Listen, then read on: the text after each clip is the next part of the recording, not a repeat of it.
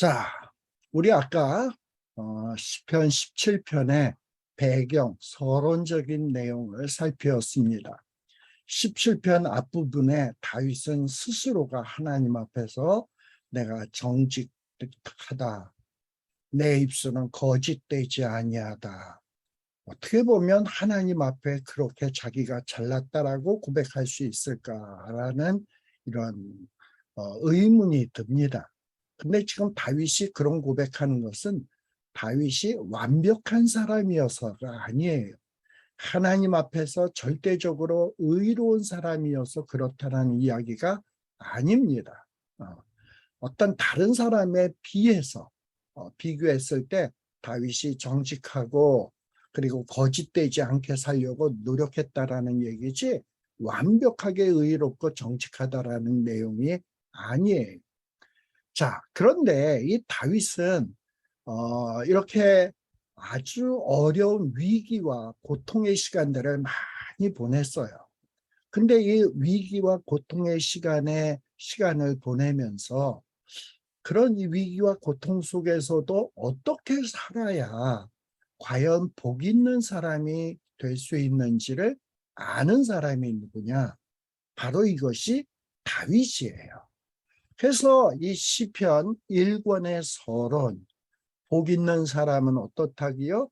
죄인의 길에 악인의 꾀를 쫓지 아니하며 죄인의 길에 서지 아니하며 오만한 자의 자리에 앉지 아니하고 여호와의 율법을 즐거워하여 그 율법을 주야로 묵상하는 자다라고 이야기를 했잖아요.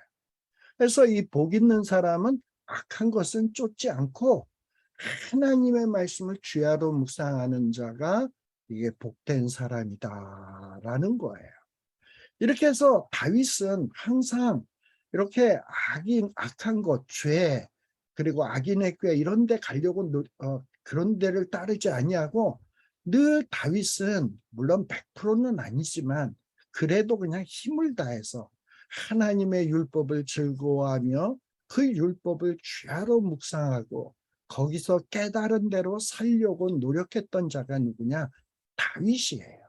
이러한 마음을 하나님이 잘 아시지 않습니까? 내가 그래도 이렇게 살아오려고 노력한 거 하나님이 잘 아시지 않습니까? 라고 기도하는 내용이 바로 요 17편 1절 2절의 내용이지, 다윗이 하나님 앞에 나가서 나 정직해요, 내 입술에는 거짓이 없어요, 이러면서 막 하나님 앞에서 자기의 의의를 드러내려고 하는 이런 고백이 아니다라는 것을 여러분들이 알고 요 시편 17편의 내용을 살펴야 오해가 없게 됩니다. 그래서 이 각각의 여러분들 시편의 각각의 시편은 어떤 시편 전체의 맥락을 염두에다 두면서 요 각각의 시편이 어떤 의미인지를 살펴야 합니다. 마찬가지로 요 시편 17편도 이 시편 1권이면 1권, 아니면 시편 전체 150편이면 150편 속에서 이 시편 17편이라는 것을 놓고 살펴야지, 그냥 다른 시편하고 관계없이 시편 17편만 달랑 떼내가지고 이해하려고 하면 올바른 깨달음을 우리가 얻을 수가 없다라는 거예요. 그래서 저는 이 시편 17편이 어떻게 이 시편 전체 맥락과 연관이 되고 있는지를 좀 살피려고 합니다. 그러다 보니까 이 화면이 좀 작은 화면으로 나와버렸네. 네. 자, 특별히 이 시편 17편은 아까 제가 시편 1편의 이야기를 조금 했습니다만, 이 시편 1편과 시편 서론, 1권의 서론이 1편이라고 그랬죠. 1편과 아주 밀접히 관련되어 있는 것을 알 수 있습니다. 여러분, 시편 1장 1절, 복 있는 사람이 어떻다고요? 세 가지를 아니하는 사람이다. 악인의 길을 쫓지 아니하고 죄인의 길에 서지 아니하고 오만한 자의 자리에 앉지 아니하는 자다. 이게 시편 1편에 나오는 내용이에요. 그런데 시편 17편에도 이런 똑같은 내용이 나와.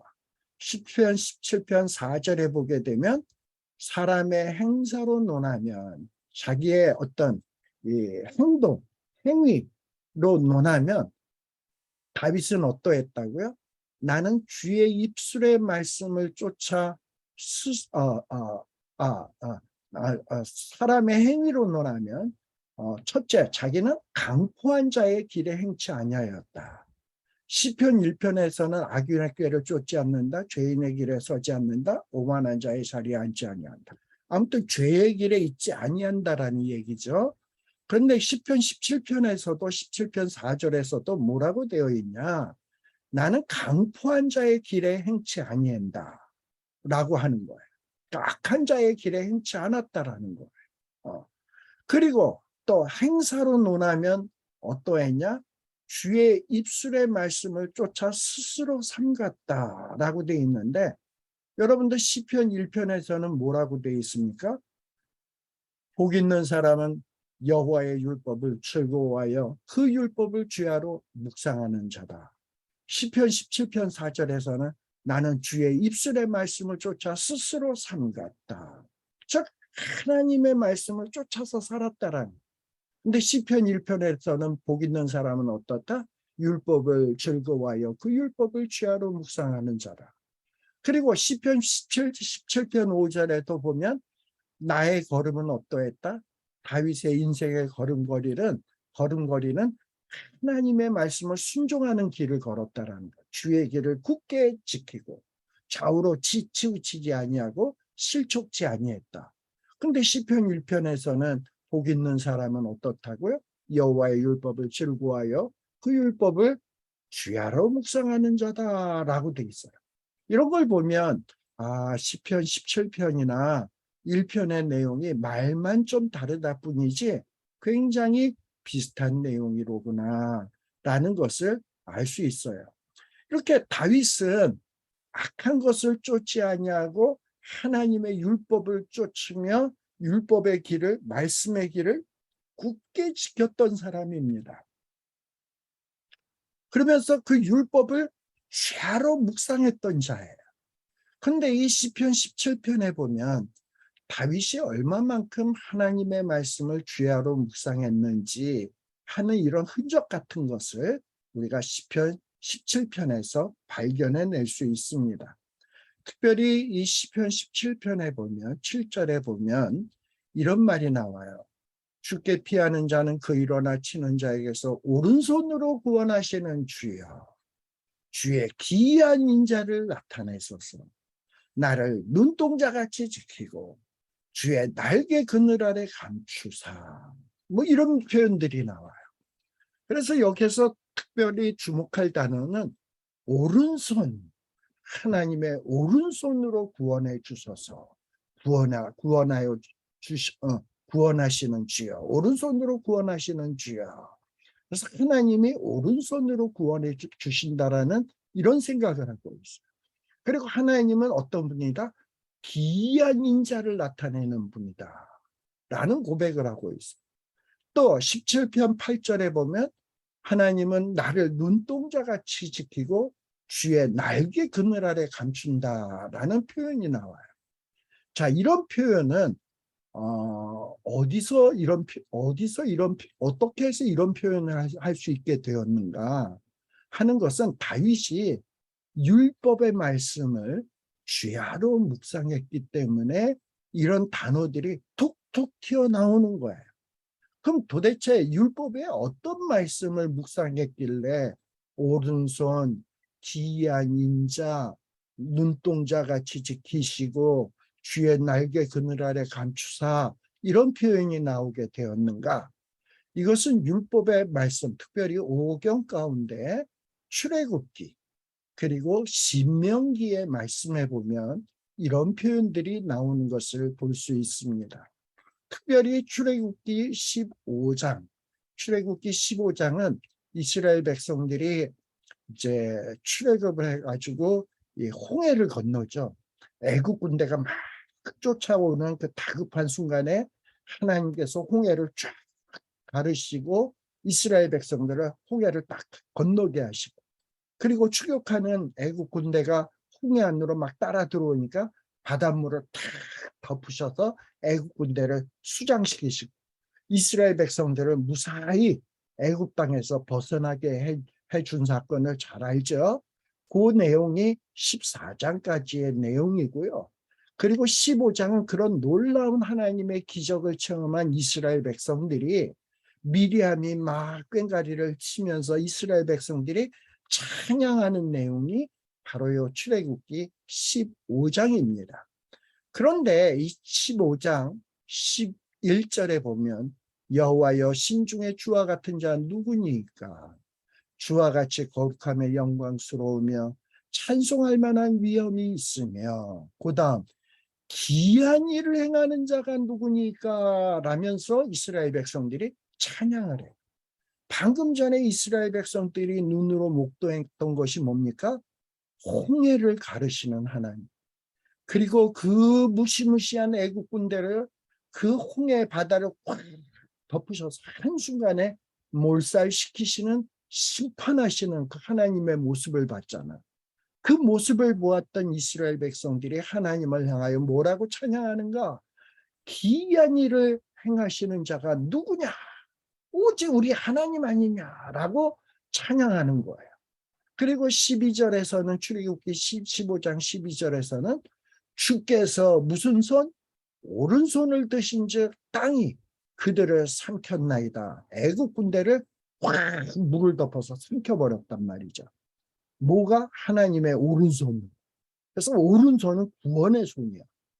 이게 바로 율법, 출애굽기에 나오는 내용이에요. 그러면서 출애굽기 15장 13절에는 또 뭐라고 얘기하냐? 주께서 그 구속한 백성을 은혜로 인도하시되라는 말이 나와요. 근데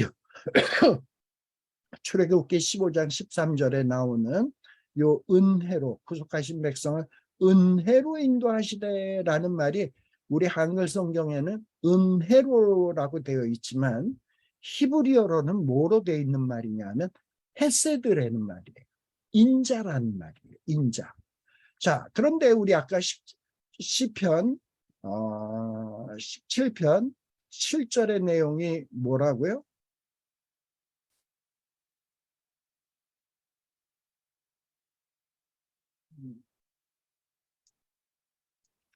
자, 여기 시편 17편 7절에 보면 오른손으로 구원하신 주여 주의 기이한 뭐요?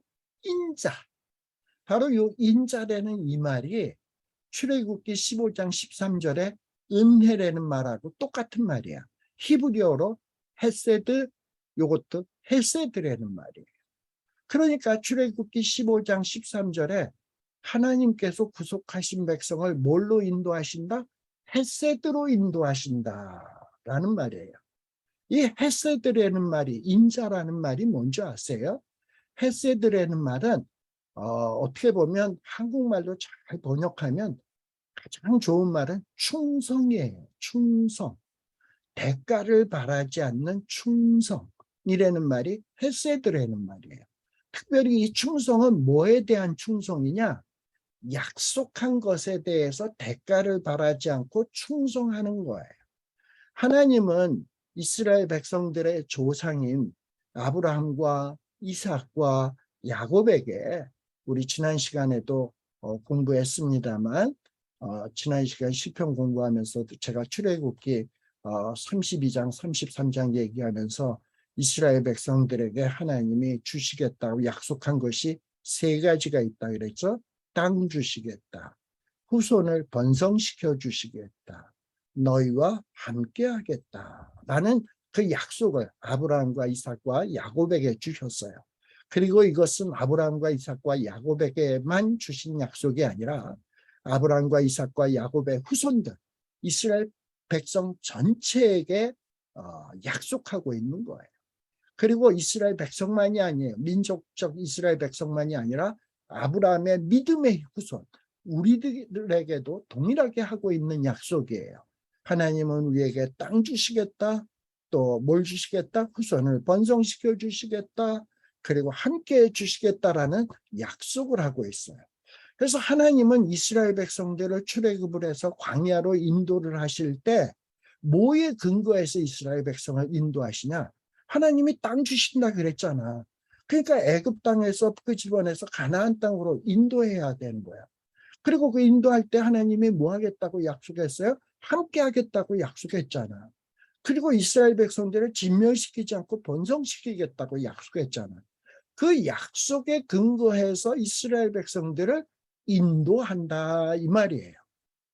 그래서 다윗도 지금 하나님 앞에 어떤 기도를 하고 있는 거냐? 시편 17편에 죽게 피하는 자, 죽게 피하는 자에게 하나님이 구원해 주신다고 약속하지 않았습니까?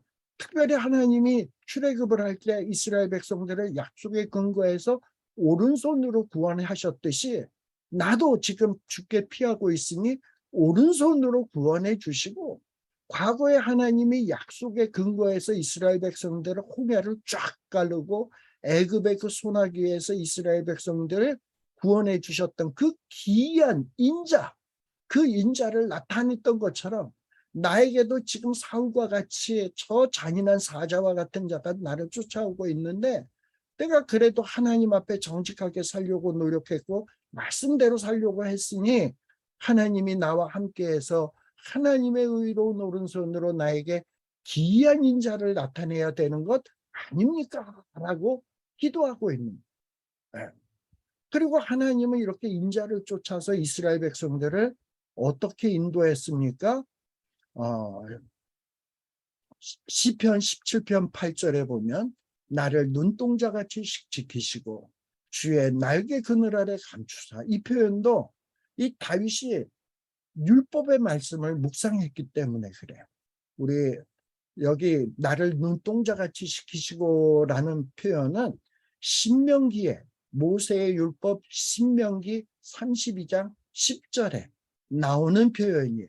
자기 눈동자같이 지키셨다. 시편 17편에 나오는 내용과 신명기 32장 10절의 내용이 서로 이렇게 연결되는 내용이에요. 신명기 32장 10절은 모세가 어떤 이스라엘 백성들을 쭉 그동안 40년 동안 인도해 오면서 하나님의 보호하심을 깨달으면서 하나님 앞에 기도한 내용이에요. 그러면서 하나님을 찬양한 내용이에요. 뭐라고 찬양했냐? 여호와께서 그를 황무지에서 짐승의 부르짖는 광야에서 만나시고, 하나님이 이스라엘 백성들을 황무지에서 짐승의 부르짖는 광야에서 만나시고 호위하시며 보호하시며 자기 눈동자같이 지키셨도다 라고 모세가 고백하고 있어요. 근데 이 말씀을 다윗은 그냥 흘러가듯이 부르륵 읽어버린 게 아니야. 이거를 죄로 묵상한 거야. 황무지, 짐승의 부르짖는 광야. 그런지 지금 다윗이 어디에 있어요? 마온 광야, 십광야, 엔게디, 청량한 그 지금 광야를 헤매고 있잖아요. 누가 쫓는 가운데 사울이 사자와 같이 다윗을 막 죽여가고 있어요. 막 짐승이 부르짖고 황무지 같은 데서 이리저리 정말 굶어가면서 지친 몸으로 피해 다니고 있어요. 근데 그러는 가운데서도 하나님이 어떻게 하실 것이다? 이스라엘 백성들을 광야에서 만나시고 호위하시며 보호하시며 눈동자같이 지켜주셨던 것처럼 이제 하나님께서 이렇게 하나님의 말씀대로 살려고 노력하는 이 다윗에게 눈동자같이 이스라엘 백성들을 광야에서 눈동자같이 지켜줬던 것처럼 자기도 지금 이 광야에서 눈동자같이 지켜줄 것을 지금 기도하고 있는 거예요. 이렇게 하나님의 말씀을 묵상하고 자꾸 되새기고 되새김질하다 보면 자기가 처해진 상황이 과거의 이스라엘 백성들의 그 상황하고 오버랩이 딱 되어지면서, 과거에 하나님이 이스라엘 백성들을 이렇게 도와주셨는데 지금 그렇다면 나의 이 상황 속에서도 하나님이 이렇게 도와주시겠구나. 하나님은 약속에 근거하여 나를 인도하시는 분인데 하나님이 나에게 약속했던 대로 나를 주의 인자로 나를 구원해 주시겠구나. 묵상하는 가운데 그런 것들이 깨달아지는 거예요. 그래서 이 위기를 극복해 줄 수 있는 겁니다. 특별히 앞구절에 뭐라고 되어 있습니까? 시편 17장 8절에 보면 나를 눈동자같이 지키시고 주의 날개 그늘 아래 감추사. 여기 주의 날개라는 말도 나와요. 이 주의 날개라는 표현도 어떻게 해서 나온 말인가? 다윗이 주의 말씀을 주야로 묵상하다 보니까, 특별히 어느 말씀? 신명기에 나오는 말씀. 즉 여기 주의 날개 그늘 아래 감추사라는 시편 17편 8절의 말씀은 신명기 32장 11절과 일치하는 내용입니다. 신명기 32장 11절에 보면 마치 독수리가 그 보금자리를 어지럽게 하며 그 새끼 위에 너풀거리며 그 날개를 펴서 새끼를 받으며 그 날개 위에 그것을 엎는 것 같이. 여기 보면 독수리는요, 이제 자기 그 독수리 새끼들이 이제 그 우리에서 나올 때가 되면 더 이상 우리에만 있어서는 안 되잖아. 우리에만 있으면 독수리가 되는 게 아니라 도가리잖아, 병아리. 우리에만 있으면 그게 독수리를 할 수 있어요. 이 보금자리를 우리를 떨치고 나와가지고 하늘을 그냥 우아하게 날아다니면서 사냥도 하고, 그리고 하늘을 차고 나를 수 있어야 그게 독수리지. 그래서 이 독수리 어미는 새끼들이 날아야 될 때는 우리에서 나오게 하기 위해서 막 보금자리를 어지럽게 하고 막 날갯짓을 해서 새끼들은 막 굴러다니게 해서 둥지에서 떨어뜨리게 만들어. 그러면 떨어뜨리게 만들면 이 독수리 새끼들이 땅에 뚝 떨어져서 머리가 깨지도록 내버려 두냐? 절대 안 그래. 쏜살같이 내려가서 떨어지는 자기 독수리 새끼를 날개로 탁 펴서 새끼를 받으며 그 날개 위에 그 없는 것 같이 새끼를 데리고 천국으로 날아올라서 이 하늘을 나는 연습을 시킨다 이 말이에요. 이렇게 독수리는 독수리의 날개로 새끼를 보호하고 훈련시키고 독수리 새끼를 강하게 만듭니다. 이거를 주야로 묵상했던 다윗은 하나님이 이제 주의 날개로 나를 지금 힘든 가운데 이렇게 훈련시키지만 주의 날개로 보호해 주실 것이고 주의 날개 그늘 아래 환난 가운데서 나를 구원해 주실 것이다 라는 것을 묵상하면서 깨달게 된 거예요. 이렇게 다윗은 신명기, 출애굽기에 나오는 말씀을 주야로 묵상하고 그리고 그 묵상한 것을 깨닫고 그리고 깨달을 뿐만 아니라 그 깨달은 내용을 믿고 그리고 그 확신에 근거해서 이 17장 시편 17장의 내용을 노래하고 있는 것이 틀림이 없습니다. 그런데 이 신명기의 기록이 출애굽한 이스라엘을 광야 40년 동안 지켜주신 하나님의 사랑을 노래한 것이라고 볼 때 이렇게 다윗은 자기의 이 신명기의 노래를 자기의 지금 삶에 적용시켜서 노래하는 것이 이 시편 17편의 노래다라는 것입니다. 저와 여러분들이 왜 이렇게 날마다 하나님의 말씀을 공부하고 있나요? 이렇게 공부를 하고 우리가 그동안에는 뭐 시편 읽을 때 지금처럼 이렇게 뭐 꼼꼼하게 배경 살피며 구조 살피며 다른 성경하고 비교하며 이렇게 공부했던 적이 있습니까? 아마 거의 없을 거예요. 저 역시도 뭐 그동안에 뭐 신학교에서 가르치고 구약을 전공했다고 하지만 시편을 지금처럼 이렇게 꼼꼼히 보면서 다른 성경하고 비교하면서 또 생각하고 아마 제가 요 시편 17편의 요 강의를 준비하면서 아마 요 시편 17편만 뭐 한 20-30번도 더 봤을 거야. 보고 또 보고 영어 성경으로 또 한 서너 번 또 보고 그리고 히브리어 성경으로 또 보고 그리고 주석을 또 보고 또 생각하고 그리고 또 요 시편 17편하고 비교되는 시편 1편의 말씀을 또 보고 이러면서 요 시편 17편 한 장만 갖고 공부하는데 며칠 동안을 씨름하고 있어요. 근데 이렇게 씨름을 하다 보면 이 시편 17편이라고 하는 내용이 내 머릿속에 쫙 그려져. 성경책을 안 펴놓고서도 그려진단 말이에요. 근데 이렇게 그려질 정도로 내 머리에 새겨지다 보면 저는 이거 확신합니다. 제가 어떤 어려움에 처했을 때, 제가 어떤 힘든 일에 처했을 때, 다윗처럼 이런 어떤 사울에게 쫓기는 위급한 상황에 처했을 때 하나님이 분명히 내가 이렇게 애써서 공부하고 노력했던 이 말씀이 생각나게 해주실 거야. 생각나게 해주시면서 그 말씀의 기초에서 다윗처럼 하나님 앞에 기도하도록 기도의 문을 열어주실 것이라고 저는 확신합니다. 저는 여러분들도 그렇게 되었으면 좋겠다라는 거예요. 이렇게 힘들고 어렵게 이 공부를 하고 묵상을 하고 생각을 하고 또 보고 또 보고 이렇게 하다 보면 힘든 일이 딱 생겼을 때 이 말씀이 딱 생각나면서 다윗의 17편 그가 이렇게 기도했지. 나도 이렇게 기도해야 되겠다. 이러면서 공부한 것을 생각하면서 하나님 앞에 기도하는 거야. 그러다 보면 여러분들이 그런 기도에 놀라운 하나님의 응답을 얻게 될 것이고 그리고 하나님의 큰 은혜의 체험을 하게 될 것이라고 생각을 합니다. 이제 10년, 20년 이렇게 신앙생활 했으면 성경 말씀을 두루룩 읽고 끝나는 것으로 끝나서는 안 돼. 정말 주야로 한 구절이라 하더라도 주야로 묵상하고 이게 무슨 뜻인가? 어떤 맥락에서 이 말을 하고 있는가?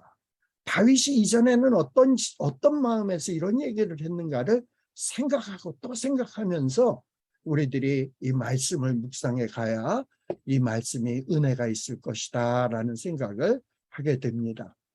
여러분, 이렇게 하나님의 말씀을 묵상하는 자, 이렇게 열심히 묵상하고 말씀대로 살려고 노력하고 물론 100% 순종하고 말씀대로 살 수는 없죠. 그러나 그렇게 살려고 발버둥 치는 자, 이런 자들에게 하나님이 약속한 것이 있어요. 시편 1편에서는 뭐라고 얘기합니까?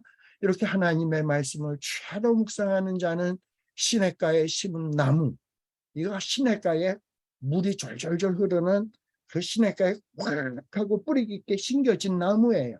이런 나무는 바람이 불어도 폭풍이 불어도 끄떡지 않아. 그러면서 시절을 쫓아 과실을 맺으며 잎사귀가 마르지 아니한 같으니 그 행사가 다 형통한단 말이죠. 누가? 하나님의 말씀을 묵상하고 깨달은 것을 순종하고 지키려고 노력하고 몸부림치는 자, 물론 100%는 아닐 수 있어요. 그러나 하나님이 보시면 알아. 저자가 얼마나 하나님의 말씀대로 살려고 몸부림치는지. 근데 이런 자에게는 이렇게 시냇가에 심겨진 나무처럼 과실을 맺게 해주시고 잎사귀가 마르지 않게 해주시고 그 행사가 다 형통하도록 해주신다 이 말입니다. 다윗은 이것을 안 거야. 그래서 시편 17편 7절에서는 뭐라고 얘기하냐?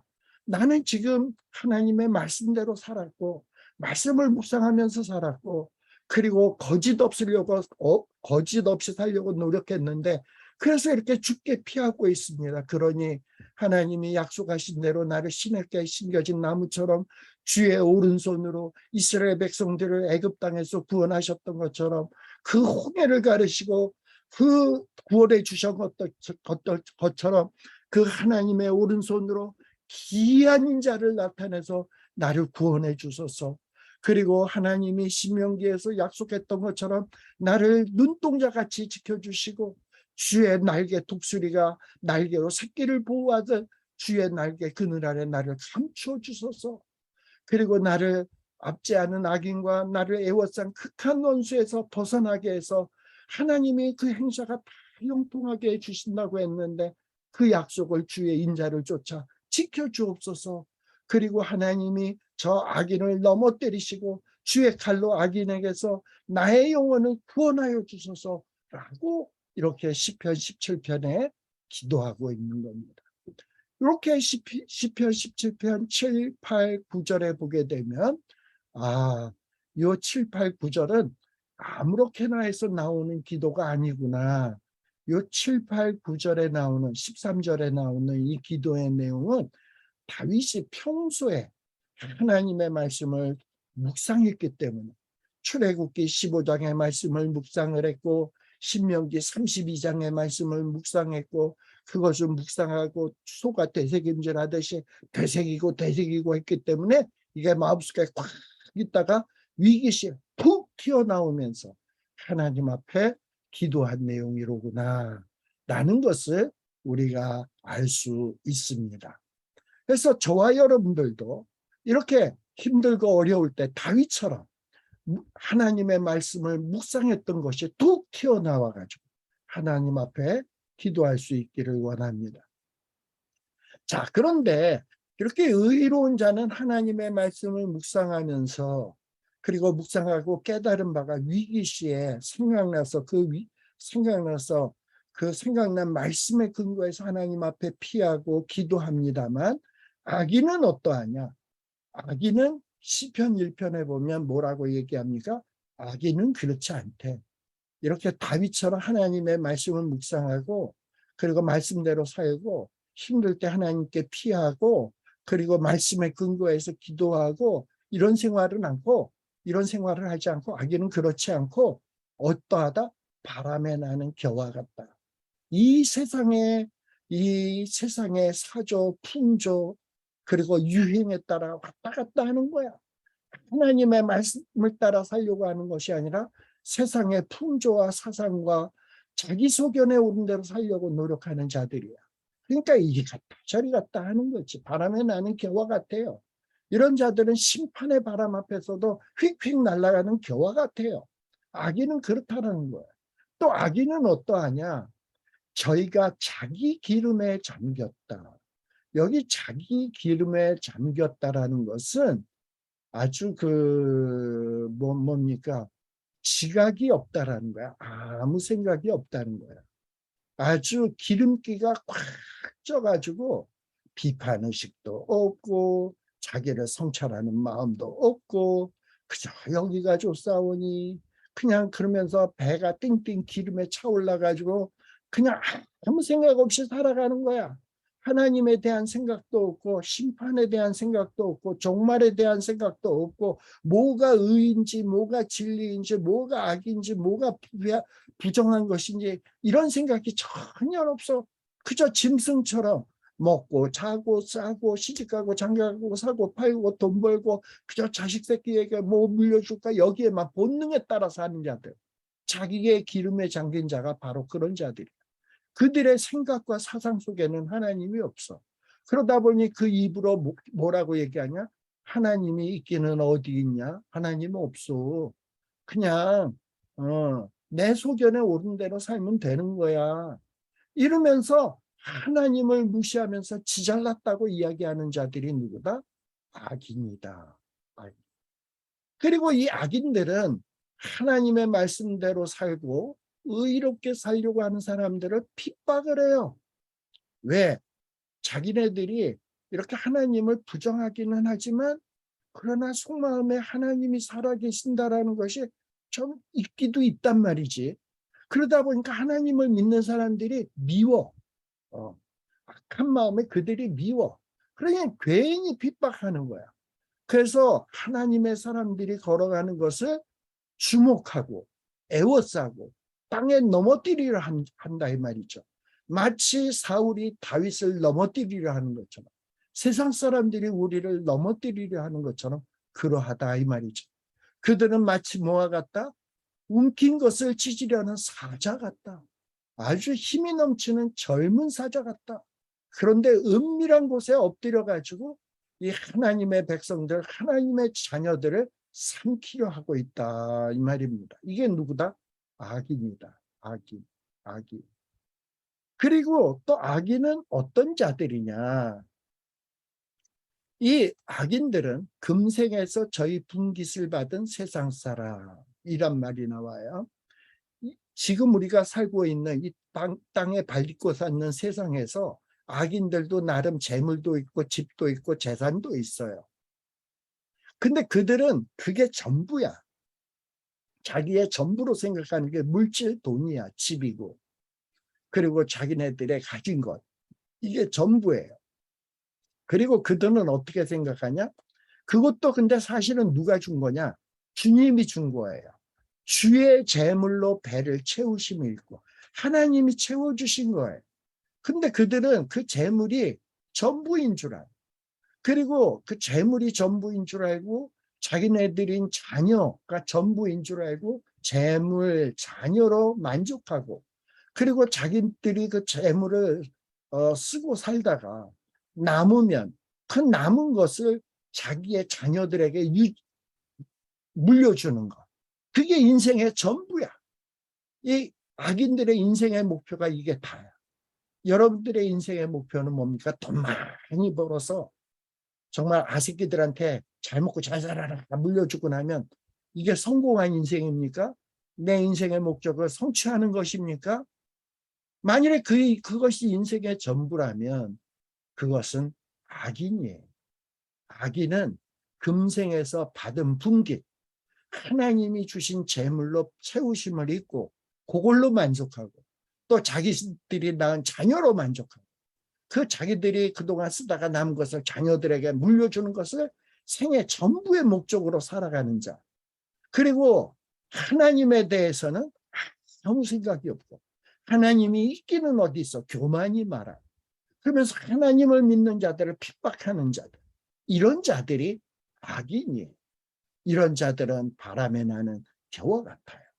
시편 1편 5절에서는 뭐라고 얘기합니까? 이러한 악인들은 어떻게 된다?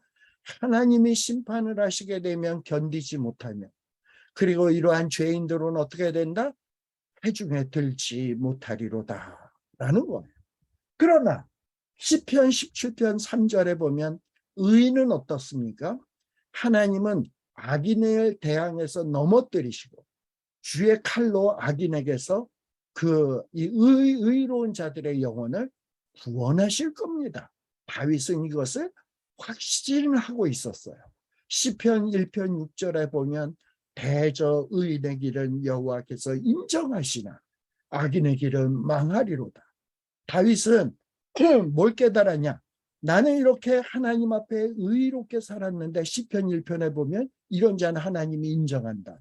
즉 시편 17편에서는 뭐라고 얘기합니까? 내가 이렇게 의로운 중에 살다 보면 하나님이 인정하시기 때문에 나는 주의 얼굴을 본다. 하나님이 나를 인정해 주기 때문에 나는 하나님 앞에 담대히 나아갈 수 있다. 그래서 나는 주의 얼굴을 볼 거다. 그리고 설사 내가 죽었다. 그러나 내가 부활할 때, 즉 깰 때에 나는 어떻게 해야 될까? 주의 형상을 보면서 만족하게 될 것이다. 라고 이렇게 고백을 하고 있는 거예요. 그러나 악인은 어떻게 됩니까? 망하는 거예요. 영원한 죽음으로 망하는 거예요. 우리는 죽음의 권세를 깨고 부활할 거예요. 주의 형상으로 만족하게 되는 일이 있을 거예요. 의로운 중에 주의 얼굴을 보게 될 거예요. 자, 다윗의 이러한 시편 17편의 고백이 어디에 근거해서 나오는 것이다? 하나님의 말씀을 묵상하고 깨닫고 확신하는 가운데서 이런 기도를 할 수 있는 겁니다. 위기 시에 이런 깨달음을 얻게 된 거예요. 사실요, 시편 17편 1절에서부터 5절에 보게 되면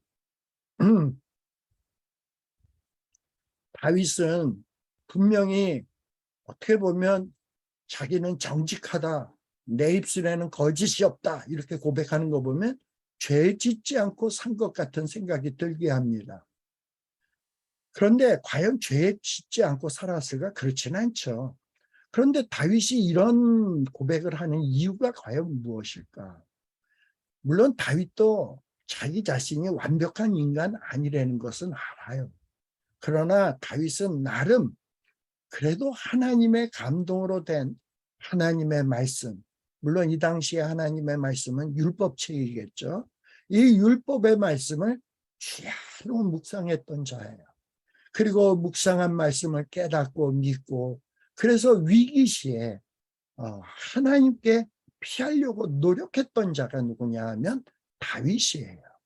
이렇게 하나님의 말씀을 주야로 묵상하고 말씀대로 살려고 노력하고 하나님께 피하려고 하고 자꾸 이렇게 살다가 보면 점점 죄가 싫어집니다.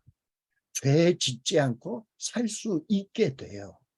갈라디아서 5장 17절에 보면 육체의 소욕은 성령을 거스리고 성령의 소욕은 육체를 거스리나니 라고 돼 있어요. 여러분, 하나님의 말씀은 어떻게 기록되었다고요? 성령의 감동.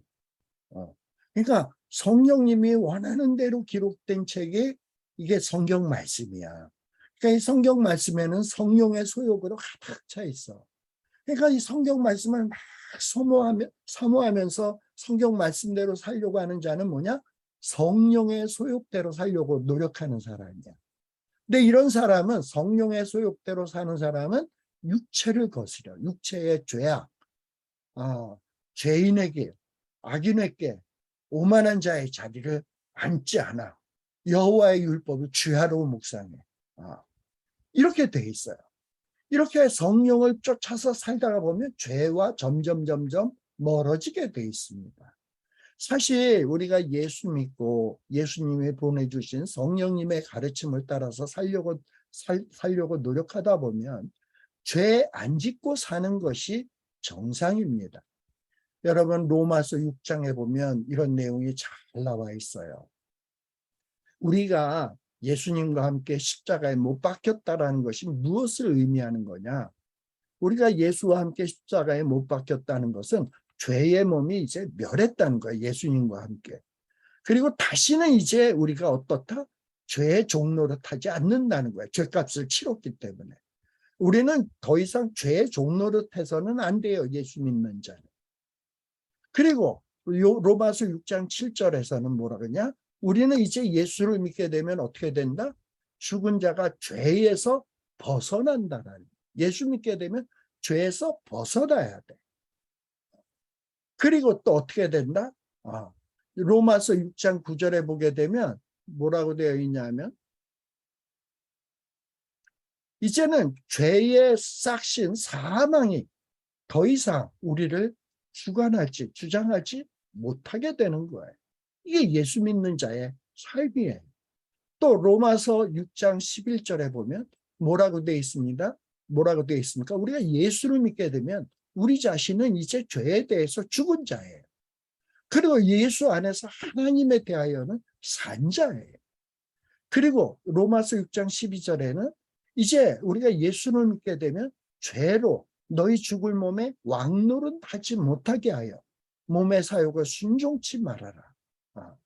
그리고 또 로마서 6장 13절, 너희 자신을 죽은 자 가운데서 다시 산 자같이 하나님께 드리며 너희 지체를 의의 병기로 하나님께 드려라. 로마서 6장 14절, 죄가 너희를 주관치 못한다. 이제 죄가 이제 더 이상 우리가 주관치 못해. 예수를 믿고 성령님을 따라 살다 보면. 로마서 6장 15절, 은혜 아래에 있으니 죄를 지으리요 그럴 수 없느니라. 자, 그리고 로마서 6장 16절, 죄의 종으로 사망에 이르고 순종의 종으로 의에 이르느니라. 이렇게 신약 성경에도 이렇게 기록되어 있어요. 또 본래는 죄의 종이더니 이제 죄에게서 어떻게 됐다? 해방되어 의에게 종이 되었느니라. 그러나 우리의 연약함, 육신의 연약함을 인정해요.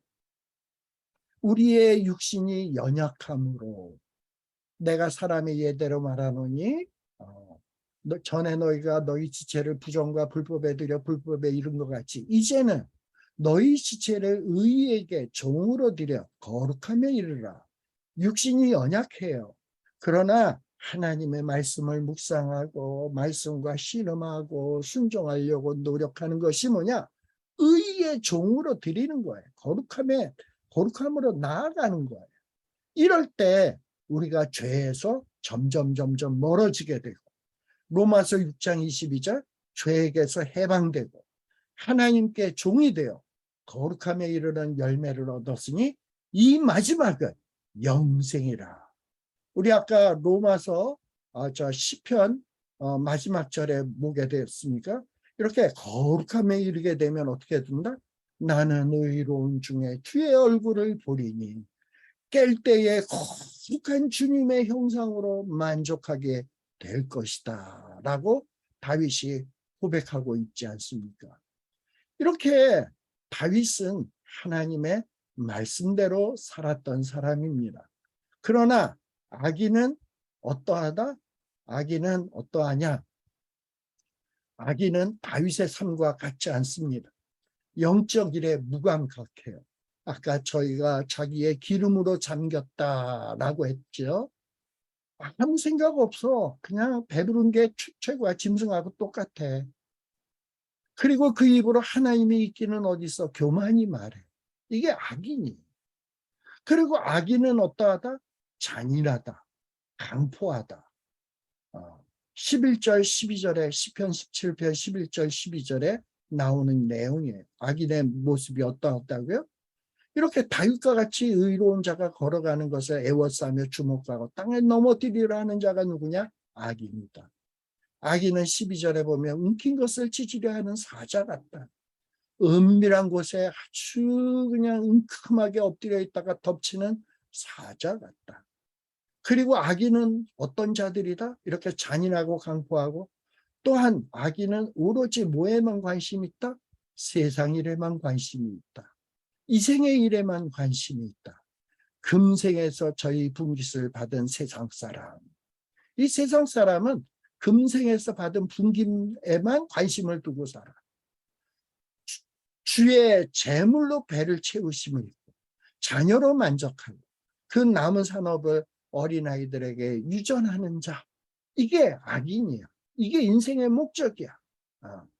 자, 이렇게 세상에 있는 것에만 관심을 두고 사는 자가 뭐냐? 이게 악인이에요. 자, 요한일서 2장 16절에 보면 이 세상에 있는 모든 것이 어떠하다? 육신의 정욕, 안목의 정욕, 이생의 자랑. 우리가 인생을 살아가면서 그저 내 눈에 그냥 욕심나는 거, 눈에 좋아 보이는 것, 이 세상에 자랑스러워하는 것에만 관심을 두고 살아간다? 이건 아버지께로부터 나온 것이 아니라 세상으로부터 나온 것이에요. 이 세상 것이에요. 우리는 눈을 떠서 이제 내 기름에만 잠겨 있지 말고 이렇게 다윗처럼 주의 형상, 그리고 주님을 바라보는 눈이 띄어져야 돼. 죽게 피할 수 있어야 된다, 이 말입니다. 이게 하나님의 사람인 거예요. 다윗은 이런 신앙이 있었던 거예요. 이렇게 악인은 오로지 이 생에만 관심이 있었습니다만 다윗은 어떻게 살았다? 의를 쫓아 사는 삶을 살았다. 아니해야 될 것 안 하고 오로지 여호와의 말씀을 묵상하며 그리고 깨닫고 믿고 확신하고 그 말씀대로 살려고 노력했던 자예요. 여호수아 1장 8, 9절에 보면 이 율법책을 내 입에 두며 주야로 묵상하고 그 가운데 기록한 대로 다 지켜 행하라. 그리하면 내가 형통하리라 라고 이야기했잖아요. 바로 다윗은 그러려고 노력했던 사람이에요. 말씀을 입에다 두고 주야로 묵상하고 그 가운데 기록한 대로 지켜 행하려고 노력했던 자예요. 그랬더니 하나님이 위기 시에도 의로운 오른손으로 기이한 인자를 베푸셔서 구원하여 주시고 그리고 눈동자같이 지키시고 주의 날개로 보호해 주셨던 은혜를 체험했던 자가 바로 이것이 다윗입니다. 그리고 다윗은 이 생에만 만족하는 것이 아니라 시편 17편 15절에 보면 나는 의로운 중에 주의 얼굴을 볼 것이다. 다윗의 관심은 세상이 아니에요. 주의 얼굴을 보는 거예요. 하나님의 말씀대로 사는 중에, 의로운 삶을 사는 중에 주의 얼굴을 보는 것. 그리고 깨어나서도, 죽었다 깨어나서도 주의 형상을 바라보는 것. 이것이 다윗의 유일한 소원이고 소망인 겁니다. 저와 여러분들의 소망은 무엇인가요?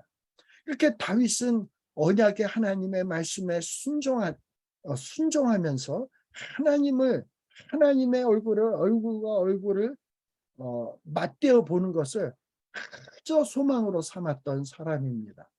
여러분, 이 언약의 하나님의 말씀에 순종하는 하나님의 백성들에게 주시는 복이 있습니다.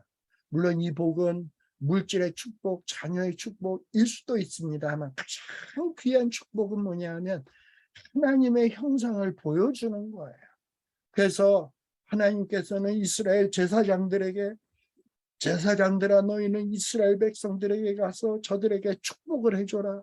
돈 많이 벌지어다 이렇게 축복해라. 그리고 재산 많게 할지어다 라고 축복해라. 아새끼들 잘 되었지어다 이렇게 축복해라 라고 하지 아니하고 너희는 이스라엘 백성들에게 가서 이렇게 축복해라 라고 이야기했어요. 여호와는 내게 복을 주시고 너를 지키시기를 원하며 여호와는 그 얼굴로 내게 비추사 은혜 베푸시기를 원하며 여호와는 그 얼굴을 내게로 향하여 드사 평강 주시기를 원하노라 할지니라 라고 했어요. 여러분, 하나님의 얼굴이 내게로 향하여 비치는 것이 정말 좋습니까? 그리고 하나님의 얼굴이 내게로 향하여 드사 내게 평강 주시는 것이 정말 나에게 그 무엇보다도 소중하십니까? 다윗은 이것을 가장 소중하게 여겼습니다. 주의 성신을 거두지 마옵소서. 주여 나를 버리지 마옵소서. 주의 얼굴빛을 내게로 향하여 비추사 내게 은혜 베푸시기를 원하며 그 얼굴을 내게로 향하여 주사 나에게 평강 주시기를 원합니다. 이것이 다윗의 소망이었습니다. 그래서 다윗은 이런 소망을 갖고 마침내 자기가 깰 때에 주의 형상으로 변화되고 그리고 주의 형상을 배우게 될 것을 정말 믿고 확신하고 그 확신한 내용을 15절에서 고백하고 있는 겁니다. 여러분, 이 지금까지 공부한 내용을 생각하면서 요 시편 17편의 내용을 제가 다시 한번 오늘 공부한 내용을 생각하면서 봉독을 하도록 하겠습니다. 그러면서 여러분들이 공부한 내용을 생각하면서 한 구절 한 구절 좀 머릿속에 떠올리시기를 바랍니다. 여호와여, 나의 이 정직함을 들으소서. 나의 부르짖음에 주의하소서. 나의 거짓되지 않은 입술에서 나오는 내 기도에 귀를 기울이소서. 나의 판단을 주 앞에서 내시며 주의 눈은 공평함을 살피소서. 주께서 내 마음을 시험하시고 밤에 나를 권고하시며 나를 감찰하셨으나 흠을 찾지 못하셨으니 내가 결심하고 입으로 범죄치 아니하리라. 이것은 다윗이 잘났다고 지금 이 고백하는 거 아니에요? 다윗이 늘 하나님의 말씀을 묵상하고 말씀대로 살려고 몸부림치면서 사는 것을 하나님도 아시지 않습니까? 라고 고백하고 있는 거예요. 우리도 그렇게 살면 이렇게 다윗처럼 1, 2, 3절의 고백을 할 수 있습니다. 사람의 행사로 논하면 나는 주의 입술의 말씀을 쫓아 스스로 삼가서 강포한 자의 길에 행치 아니하였으며 나의 걸음이 주의 길을 굳게 지키고 실족치 아니하였나이다. 즉 다윗은 주의 말씀을 입에 두고 주야로 묵상하고 그 하나님의 말씀대로 살려고 좌우로 치우치지 아니하고 말씀대로 살려고 노력했던 자예요. 네. 자, 고로 이제 다윗은 확신합니다. 17장 6절 하나님이여 내게 응답하시겠는 고로 내가 불러싸우니 귀 기울여 내 말을 들으소서. 주께 피하는 자를 그 일어나 치는 자에게서 그 기이한 오른손으로 구원하시는 주여 주의 기이한 인자를 나타나소서. 출애굽 때처럼 나를 눈동자처럼 지켜주시고 주의 날개 그늘 아래 감추소서. 출애굽 시 광야에서 하나님의 은혜 베풀었던 것처럼 나를 압제하는 악인과 나를 애워싼 극한 원수에서 벗어나게 하소서. 악인들 저희들은 자기 기름에 잠겼으며 그 입으로 교만이 말하나이다. 이제 우리의 걸어가는 것을 저희가 애워싸며 주목하며 땅에 넘어뜨리려 하나이다. 저는 그 움킨 것을 찢으려 하는 사자 같으며 은밀한 곳에 엎드린 젊은 사자 같으니이다. 여호와여 일어나 저를 대항하여 넘어뜨리시고 주의 칼로 악인에게서 나의 영혼을 구원하소서.